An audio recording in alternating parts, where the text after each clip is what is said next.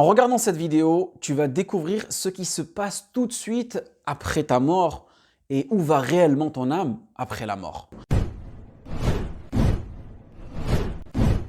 Assalamu alaikum wa rahmatullahi wa barakatuh. En vérité, la mort, chers frères, chères sœurs, est la fin de l'attachement de l'âme au corps.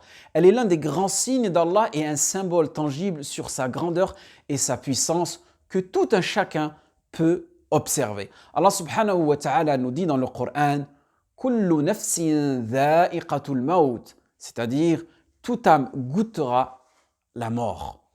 Toute âme humaine passera par la mort. De plus, cette mort a une intensité qui provoque une douleur qui est l'agonie. Allah subhanahu wa ta'ala nous dit l'agonie de la mort fait apparaître la vérité. Voilà ce dont tu t'écartais.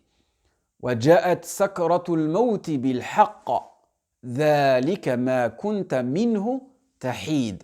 Même notre prophète Mohammed sallallahu alayhi wa sallam n'en a pas été épargné. Écoutez ce qu'il a dit. Certes, dans la mort, il y a des affres. Hadith rapporté par l'imam al-Bukhari. Des affres, c'est-à-dire des tourments, des angoisses, une sorte de torture que l'on ressent lors de la mort.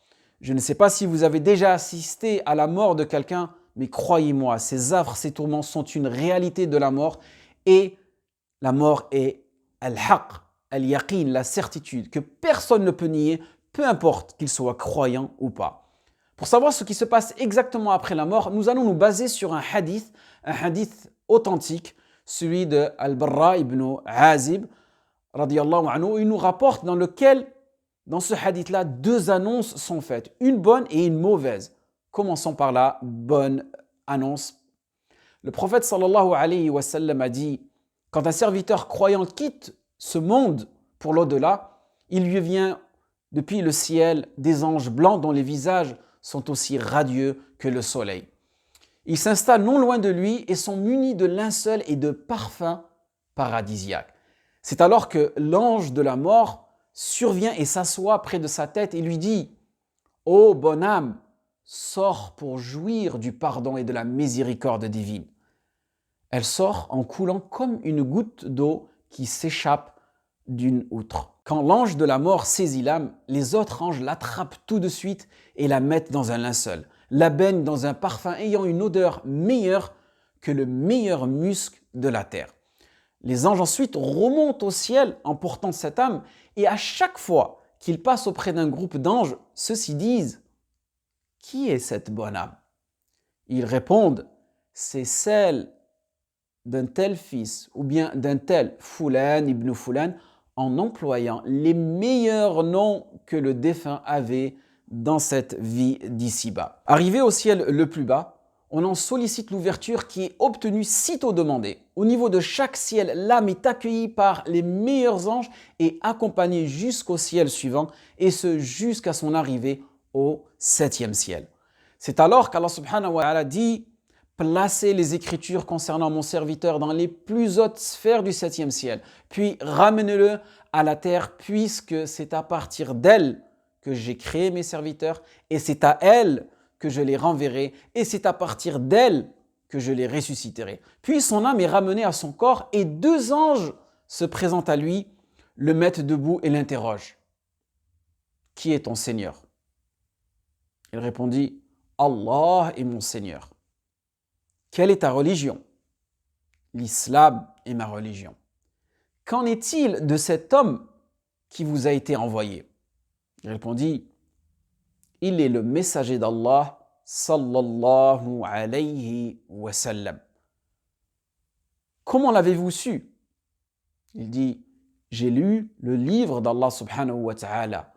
J'y ai cru et je l'ai approuvé. » Donc regardez l'importance de connaître son tawhid, d'appliquer le tawhid. Ensuite, un appel parvient du ciel à ce moment-là. « Mon serviteur a dit vrai, préparez-lui un lit et des vêtements du paradis. Ouvrez-lui une porte sur le paradis. Alors il lui parviendra de ses senteurs et de ses émanations. On lui élargira sa tombe jusqu'à l'étendue de la vue et un homme avec de beaux vêtements et une bonne odeur se présentera à lui et lui dira « Réjouis-toi, car c'est le jour qui t'était promis. » Il dira, qui es-tu? Ton visage présage-t-il du bien? Il dira, je suis ta bonne œuvre. Seigneur, fais hâter l'œuvre du jugement dernier, pour que je puisse rejoindre ma famille et mes biens, dit-il. Allahu Akbar. Regardez les bienfaits des bonnes œuvres, ce qui s'en découle, et en plus, il demande à Allah subhanahu wa ta'ala de faire hâter l'heure. En revanche, dans la deuxième partie, on nous annonce la mauvaise nouvelle, qu'Allah subhanahu wa ta'ala nous en épargne et qu'Allah subhanahu wa ta'ala nous fasse mourir sur le tawhid et la sunna. Il a été rapporté dans ce hadith que quand un serviteur incroyant quitte la vie d'ici-bas pour l'au-delà, lui viennent du ciel des anges noirs munis de linceul et de feu et ils s'installent à côté de lui.